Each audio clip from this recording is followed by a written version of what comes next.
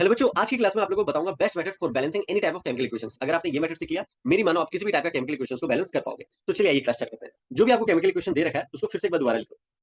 C4H10 plus O2 gives you CO2 plus H2 बच्चों। ठीक है, इसके बाद आपको करना क्या है, आपको हर एक के आगे एक डब्बा बनाना है, हर एक के आगे। ठीक है, अब इस डब्बे में आपको लिख देना है A B C and D बच्चों।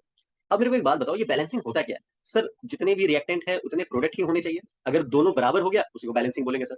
चलो ठीक है, तो आपको क्या क्या एलिमेंट यहाँ पे दिख रहा है? आप बोलोगे सर मेरे को कार्बन दिख रहा है, हाइड्रोजन दिख रहा है और ऑक्सीजन दिख रहा है। चलो मान लिया आपकी बात। अब नेक्स्ट स्टेप क्या करेंगे? अब रिएक्टेंट को प्रोडक्ट के बराबर रखना है मेरे को। तो रिएक्टेंट में जो कार्बन है वो कितना है सर? 4 कार्बन है, उसको मैं ए से मल्टीप्लाई कर देता हूँ तो ये हो जाएगा 4A इक्वल्स टू। अब हमें प्रोडक्ट में देखना है कार्बन जो है वो एक ही कार्बन है बट वो सी से मल्टीप्लाई पे है, तो हम लोग सिंपली सी लिख देंगे बच्चों। कोई दिक्कत यहाँ तक? नहीं सर। अब आते हैं हाइड्रोजन पे। हाइड्रोजन सर यहाँ पे 10 है बट वो ए से मल्टीप्लाई पे है, तो हम लोग लिख देंगे सर 10A इक्वल्स टू। अब मेरे को प्रोडक्ट में देखना है हाइड्रोजन सर 2 है बट वो डी के साथ मल्टीप्लाई में है, तो लिख देंगे sir 2D।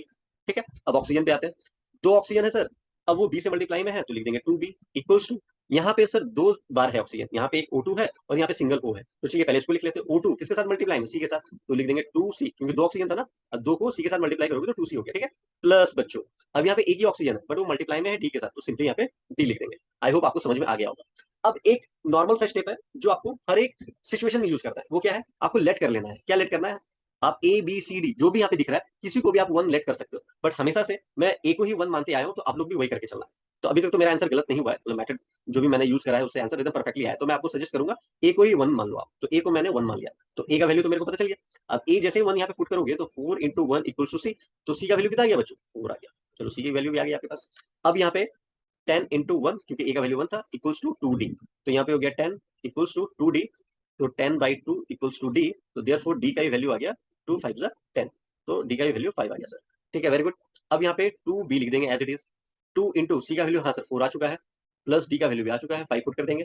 2B equals to 4 2 8 plus 5। ठीक है, तो B 2B इक्वल्स हो जाएगा 8 5 13 हो गया बच्चों, तो B इक्वल्स हो गया 13/2।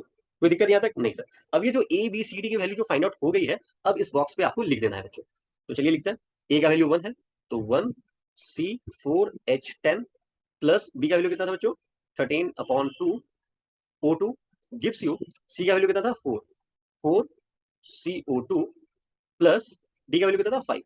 5 H2O। ठीक है बच्चों, अगर देखो दोनों ध्यान से, अगर यहाँ पे ये फ्रैक्शन नहीं होता ना तो यही आपका आंसर हो जाता, बैलेंस हो गया होता। बट बच्चों यहाँ पे फ्रैक्शन है, देखने में अच्छा नहीं लग रहा है। अब ये फ्रैक्शन को तुम रिमूव कैसे कर सकते हो? आप लोग सर इस फ्रैक्शन को अगर मैं 2 से मल्टीप्लाई कर दूं तो 2 2 कैंसिल आउट हो जाएगा, ये फ्रैक्शन हट जाएगा। अब देखो प्रॉब्लम सिर्फ इसी के साथ है और किसी के साथ प्रॉब्लम नहीं है, बट कभी भी हम ऐसा नहीं करेंगे अगर प्रॉब्लम इसी के साथ है तो इसी के साथ मल्टीप्लाई करेंगे। हम क्या करेंगे, अगर मेरे को 2 मल्टीप्लाई करना है तो सभी के साथ में मल्टीप्लाई करूंगा। ठीक है, तो ये जो 2 है इसके साथ भी मल्टीप्लाई होकर के क्या बना देगा? 2C4H10 प्लस 13/2 इंटू ये वाला 2 आ जाएगा इधर बच्चों, O2 लिख देंगे गिव्स यू, फिर ये 4 × 2 लिख देंगे बच्चों, CO2 प्लस 5 × 2 लिख देंगे बच्चों, H2। है ना, देखो 2 सबसे मल्टीप्लाई कर दिया हमने, यहाँ पे 2 1 2। ठीक है, 2C4H10 प्लस यहाँ से 2 2 कैंसिल आउट हो गया, तो 13O2 हो गया बच्चों, gives you 4 2 8 CO2 plus 5 2 10 H2O। ये बच्चों आपका बैलेंस हो गया केमिकल इक्वेशन। बट हम एक बार चेक कर लेते हैं कि जो हमने मेथड करा है वो सही है या गलत है। तो चलिए ये कार्बन से स्टार्ट करते हैं। तो यहाँ पे आपको कितने कार्बन दिख रहे हैं? मेरे को रिएक्टेंट में सर कार्बन दिख रहे हैं 4 2 8। अब यहाँ पे देख लो कितने दिख रहे हैं? 8 दिख रहे हैं, तो सर परफेक्टली राइट राइट है। ठीक है, नेक्स्ट हम लोग आगे बढ़ते हैं हाइड्रोजन पे। हाइड्रोजन पे देखो सर यहाँ पे 10 है, 10 2 20 सर। ठीक है, अब यहाँ पे भी देख लो 10 2 20 सर, ये भी परफेक्टली राइट है। नेक्स्ट आगे बढ़ते हैं हम लोग ऑक्सीजन पे। ऑक्सीजन देखो यहाँ पे कितना है? 13 2 26। ठीक है, अब यहाँ पे देखो बच्चों ऑक्सीजन 8 2 16। ठीक है, प्लस अब यहाँ पे बाकी है। ठीक है बच्चों, और यहाँ पे 10, तो सर ये भी 26 हो गया। तो बच्चों हमारा जो ये केमिकल इक्वेशन है वो परफेक्टली बैलेंस हो चुका है। तो यही आपका आंसर है।